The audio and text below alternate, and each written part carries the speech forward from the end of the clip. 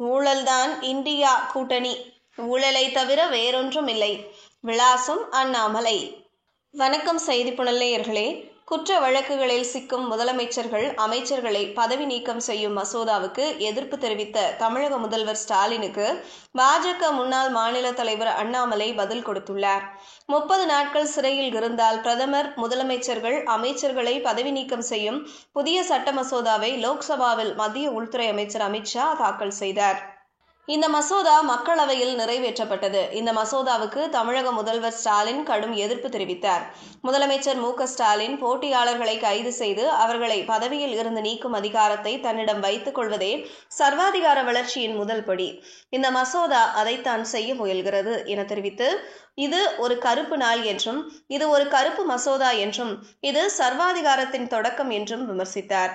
முதல்வர் ஸ்டாலினுக்கு பதிலளிக்கும் வகையில் பாஜக முன்னாள் மாநில தலைவர் அண்ணாமலை சமூக வலைதளத்தில் வெளியிட்ட பதிவில், வேலை வாங்கி தருவதாக பண மோசடி செய்து கைது செய்யப்பட்ட ஒரு அமைச்சரை இலாக்கா இல்லாத அமைச்சராக தக்க வைத்துக் கொண்ட உங்களின் வெட்கமில்லாத அரசை விட கருப்பான அல்லது அவமானகரமானது வேறு எதுவும் இல்லை. சிறையில் இருந்து விடுவிக்கப்பட்ட பிறகு உங்களின் வெட்கமில்லாத அரசு செந்தில் பாலாஜியை மீண்டும் அவர் முன்னர் வகித்த அதே அமைச்சர் பொறுப்பை வழங்கியது.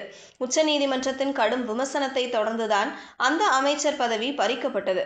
தொடர்ந்து வரும் விசாரணையில் உங்கள் அரசின் தாமதப்படுத்தும் முயற்சிகள் குறித்து உச்சநீதிமன்றம் சமீபத்தில் கூறியதை நாங்கள் மீண்டும் சொல்ல வேண்டுமா?